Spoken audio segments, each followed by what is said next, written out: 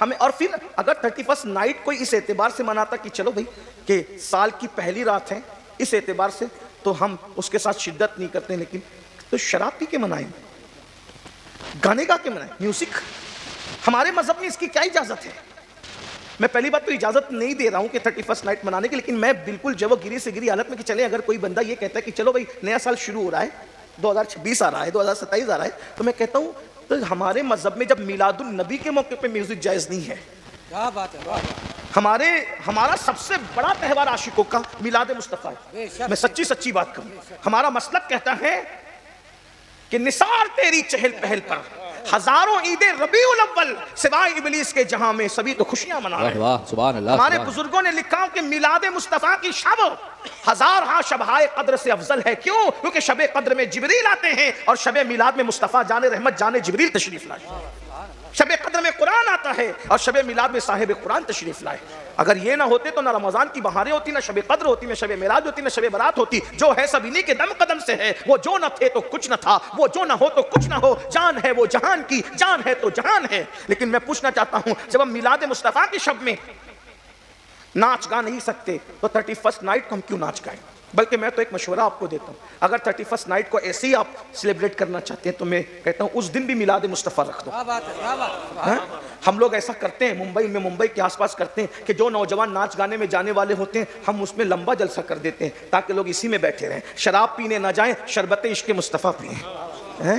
ہاں, کسی کے زلف و رخسار کے گانے گانے نہ جائیں بلکہ رخ بددہا کا ذکر لے کر بیٹھ جائیں, نرگسی آنکھوں کا ذکر لے کر کے بیٹھ جائیں, والنجم داتوں کا ذکر لے کر کے بیٹھ جائیں. حضور کے کریم وجود کا وہ وجود تیرے تو وصف عیب تناہی سے ہے بری, حیران ہوں میرے شاہ میں کیا کیا کہوں تجھے. اور اگر ایسا نہیں کرتے تو یاد رکھنا شراب وہ منحوس چیز ہے جس کو اللہ کے رسول نے ام الخبائث قرار دیا ہے. اللہ اکبر, ساری برائیوں کی جڑ قرار دی ہے. نشے کے قریب تو جانا بہت بڑی بات ہے. جو نشہ کرتے اللہ کے رسول فرماتے ہو سکے تو ان کے قریب بھی مت بیٹھو. جو نشہ کرنے والوں کو اپنی محفل میں عزت کی جگہ دیتے ہیں اللہ کے رسول فرماتے قیامت کے دن اللہ ان کو اندھا اٹھائے گا. نشہ کرنے والوں کو عزت کی جگہ بھی مت دو اپنے ماحول کے اندر. تو میرے بھائیوں, نشہ نہ کرو, حضور کی محبت کی طرف آؤ. 31 نائٹ کو ناچنے گانے نہ جاؤ. اگر محفل ہی کرنا ہے حضور علیہ السلام کی میلاد کی محفل کرو, آقا کے ذکر کی محفل کرو. میں تو سوچتا ہوں اگر حضور کے ذکر کی محفل کرو گے تو پورا سال حضور کے ذکر کی برکت سے آپ کا اچھا گزرے گا. کسی بھی چیز کو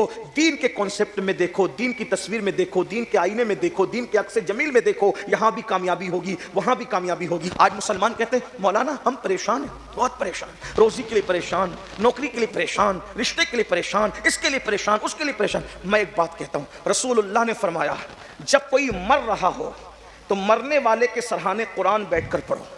بس اس پہ بات پوری کر رہا ہوں. موسم سردی کا بھی ہے, ٹائم بھی پورا ہو گیا, مجھے بھی جانا ہے. جب کوئی مر رہا ہو مرنے والے کے سرحانے بیٹھ کے قرآن پڑھو, اللہ اس کی موت کو آسان کر دے گا. ہے نا اپنا عقیدہ. اسی لیے جب کوئی دنیا سے جاتا ہے تو ہم اس کے سرانے بیٹھ کے کیا کرتے ہیں؟ سورہ یاسین کی تلاوت کرتے ہیں. رسول اللہ فرما رہے ہیں اچھا مرنے والا قرآن نہیں پڑھ رہا ہے, بہت خاص بات, توجہ ہے نا آپ کی, مرنے والا قرآن نہیں پڑھ رہا ہے. مرنے والا تو بیچارہ پڑا ہوا ہے, وہ بہت مضطرب ہے, بے چین ہے, بے قرار ہے, مال چھوٹ رہا ہے, بیوی چھوٹ رہی ہے, بچے چھوٹے, ٹینشن کتنا ہوگا اس کو سوچئے. پھر روح نکل رہی ہے اس کی تڑپ الگ. یہاں تک فرمایا جب روح نکلتی ہے تو تکلیف کتنی ہوتی ہے. حضرت عمرو ابن عاص کہتے ہیں ایسا لگتا ہے جیسے زمین اور آسمان کو سمیٹ کر انسان کے سینے پہ رکھ دیا گیا. وزن کا یہ عالم ہوتا ہے. آدمی ناک سے سانس نہیں لے رہا ہے, سوئی کے ناکے سے سانس لے رہا ہے, یہ تکلیف ہوتی ہے. اور ایسا لگتا ہے جیسے ببول کا درخت اس کے جسم کے اندر گھسا دیا گیا ہو اور ایک ایک کاٹا ایک ایک رگ میں چپ گیا ہو. فقیہ ابو اللہ سمرقندی اس حدیث کو لکھ رہے عمرو ابن عاص کے حوالے سے. شرح الصدور میں علامہ جلال الدین سیوطی لکھ رہے ہیں حضرت عمرو ابن عاص کے حوالے سے. ذرا غور کیجئے, جو آج کہیں لگاتے ہیں اور جنہیں موت کا کوئی کھٹکا نہیں ہے, جو سوچتے ہیں کہ جو ہوگا دیکھا جائے گا, ذرا غور تو کیجئے. اللہ اکبر, زمین اور آسمان کے برابر وزن سینے پر لگ رہا ہو, انسان ناک کی بجائے سوئی کے ناکے سے سانس لے رہا ہو, اور جسم کے اندر ببول کا درخت تو گھسا دیا گیا ہو اور ببول کا ایک ایک کاٹا ایک ایک رگ کے اندر گھس گیا ہو, اور کوئی طاقتور انسان نیچے سے کھینچے پیروں کی طرف سے, اس وقت اس کی موت کی تکلیف کیا ہوگی؟ یہ مرتے وقت کی تکلیف ہے. حضرت موسیٰ علیہ السلام کہتے ہیں زندہ بکرے کی کھال ادھیڑی جائے اتنی تکلیف نہیں ہوتی, اس سے زیادہ موت کے وقت تکلیف ہوتی ہے. دوسرے مقام پہ موسیٰ علیہ السلام کہتے ہیں زندہ چڑیا کو اگر سکھ کے اندر ڈال کر کے آگ پر زندہ بھونا جائے تو اس کو کیا تکلیف ہوگی؟ نہ اڑے کے نجات پائے نہ مرے کے نجات پائے, وہ کیسے تڑپے گی اور پھڑپھڑائے گی. اس وقت مرنے والوں کی کیفیت ہوتی ہے. اللہ کے رسول علیہ السلام کا جملہ سن لو, حضور کی حدیث سن لو دل کے کانوں سے اور نقش کر لو دل میں. آقا فرماتے ہیں موت کی تکلیف اور موت کی حقیقت کو میں جانتا ہوں, اور جو اس کی حقیقت کو میں جانتا ہوں اگر میں وہ تمہیں بتا دوں تو تم ایسے پگھلنے لگو جیسے نمک پانی میں پگھلنے لگتا ہے. تم مسکرانا چھوڑ دو, تم کھانا چھوڑ دو, نرم بستر پہ لیٹنا چھوڑ دو, تم سونا چھوڑ دو. اللہ اکبر, تم جنگلوں میں پاگلوں کی طرح پھرنا شروع کر دو. اگر تم کو موت کی حقیقت پتہ چل جائے, اگر مردہ اس کے ہاتھ پیر غیبی طور پہ نہ باندھ دیے جائیں تو مردہ ایسے دوڑے بھاگے جیسے کٹنے والا جانور بے چینی سے تڑپتا ہے, بھاگتا ہے, دوڑتا ہے. مسلمانوں ذرا غور کرو, ایسی موت کہ دنیا کی کوئی مصیبت اس کا مقابلہ نہیں کر سکتی. اللہ کے رسول فرماتے ہیں جب مرنے والوں کے سرہانے تم قرآن پڑھتے ہو تو اللہ اس کی موت کو آسان کر دیتا ہے. کتنی بڑی بات کہی تھی ڈاکٹر اقبال نے, ارے قرآن سے موت سیکھنے والے, کاش کہ تو نے قرآن سے جینا سیکھ لیا ہوتا. جب موت کے وقت تو قرآن پڑھا جاتا ہے تو موت آسان ہو جاتی ہے. جس قرآن کی برکت سے موت آسان ہو سکتی ہے, اس قرآن کی برکت سے زندگی کیوں آسان نہیں ہو سکتی؟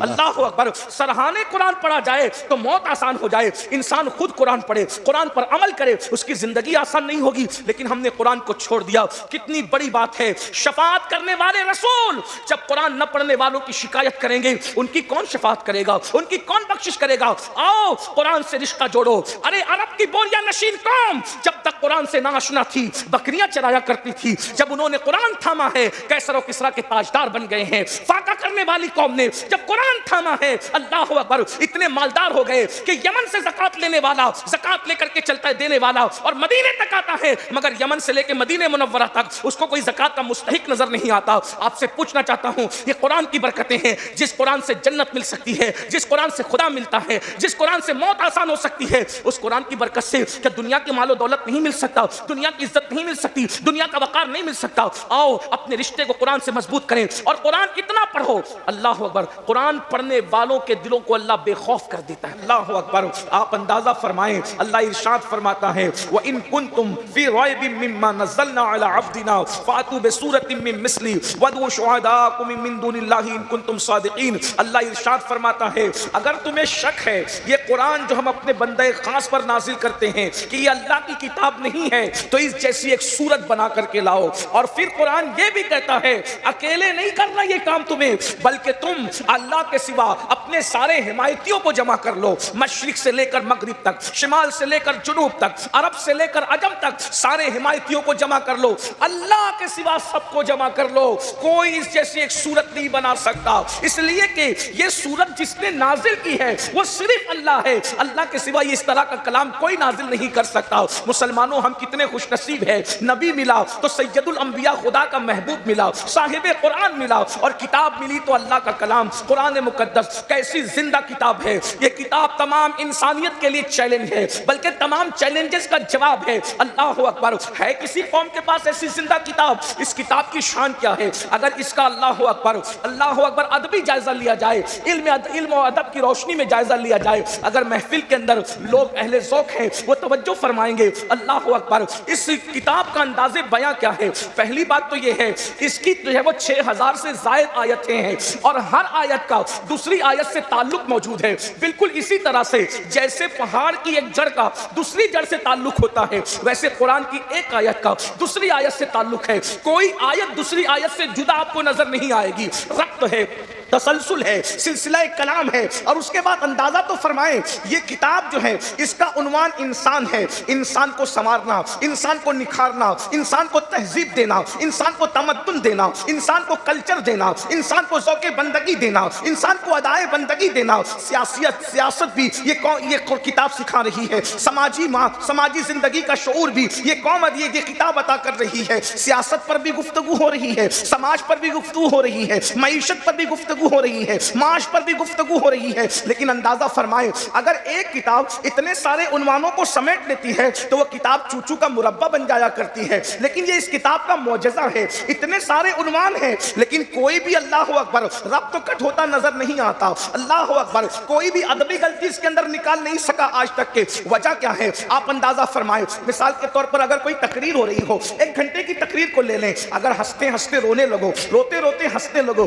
تو لوگ کہتے ہیں یہ کیا کیا بات ہو گئی، کبھی کچھ کر رہے تھے، کبھی کچھ کر رہے تھے، کبھی کچھ کہہ رہے تھے، کبھی کچھ کہہ رہے تھے، لیکن یہ قرآن ہے۔ اللہ اکبر، ایک آیت میں کئی مضامین سمٹ آتے ہیں مگر بوریت کا احساس نہیں ہوتا، مضمون بدلنے کا اندازہ نہیں ہوتا۔ اللہ اکبر، اور سب سے بڑی بات یہ کہ یہ کتاب جو ہے وہ قانون کی کتاب ہے، اور قانون کی زبان سب سے خشک ترین زبان ہے۔ قانون کی کتاب میں یہی ہوتا ہے، یہ کر سکتے ہیں، یہ نہیں کر سکتے، یہ کرے تو سزا یہ ہے، یہ کرے تو سزا یہ ہے، یہ کرے تو سزا یہ ہے۔ جو قانون کی کتاب ہوتی ہے اس میں باغوں کا ذکر نہیں ہوتا، اس میں بہاروں کا ذکر نہیں ہوتا، اس میں بلبلوں کا ذکر نہیں ہوتا، اس میں بھوروں کا ذکر نہیں ہوتا، اس میں تتلیوں کا ذکر نہیں ہوتا۔ اگر ایسا کریں تو وہ شاعری ہو جائے گی، قانون نہیں رہ جائے گا۔ مگر قربان جائے اللہ کی کتاب پر، قانون بھی بیان ہو رہا ہے۔ زانی کو سزا دی جائے گی، غیر شادی شدہ ہے تو اتنی سزا، شادی شدہ ہے تو اتنی سزا، غیر شادی شدہ کو کوڑے لگائے جائیں گے، شادی شدہ کو جو ہے وہ پتھروں سے ہلاک کر دیا جائے گا۔ ایک طرف قانون بھی بیان ہو رہا ہے،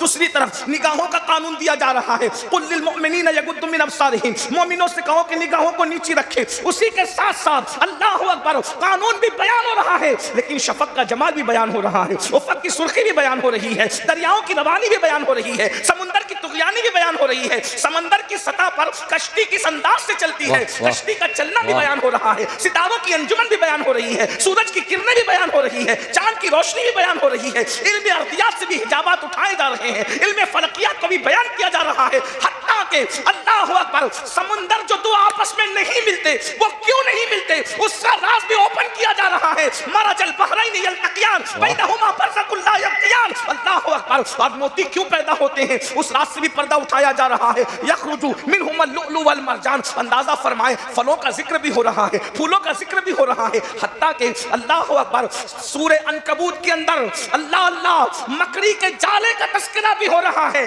سورہ نمل کے اندر چوٹی کے بولنے کا تذکرہ بھی ہو رہا ہے، اور شہد کی چھتے کا تذکرہ بھی ہو رہا ہے، دودھ کا تذکرہ بھی ہو رہا ہے، دودھ کس طریقے سے بنتا ہے اس کا ذکر بھی ہو رہا ہے، ماں کے شکم میں بچہ کیسے ترتیب پاتا ہے اس کا ذکر بھی ہو رہا ہے۔ ایک کتاب ہے اور تمام مضامین کو اپنے اندر سمیٹتی نظر آ رہی ہے، اتنی مختصر سی کتاب ہے اور دعویٰ کر رہی ہے ولا رطب ولا یابس الا فی کتاب مبین، ہر رطب و یابس کو ہم نے قرآن میں بیان کر دیا ہے، تبیانا لکل شیء، ہر شے کا بیان اس کے اندر موجود ہے۔ حتیٰ کہ ابن مسعود فرماتے ہیں اگر میری رسی گم ہو جائے اونٹ کی تو میں اس کو قرآن سے تلاش کر لیا کرتا ہوں۔ مولا کائنات فرماتے ہیں، مولا مشکل کشا فرماتے ہیں اگر میں صرف با کے نقطے، با کا جو نقطہ ہے اس کی تشریح کرنا شروع کروں، تفسیر لکھنا شروع کروں، اتنا لکھوں اتنا لکھوں اتنا لکھوں کہ اسی سے میں 70 اونٹوں کو بھر دوں۔ اندازہ فرمائے جو با کی تفسیر کا یہ عالم ہے تو پوری سورۃ الفاتحہ کا عالم کیا ہوگا، سورہ فاتحہ کا یہ عالم ہے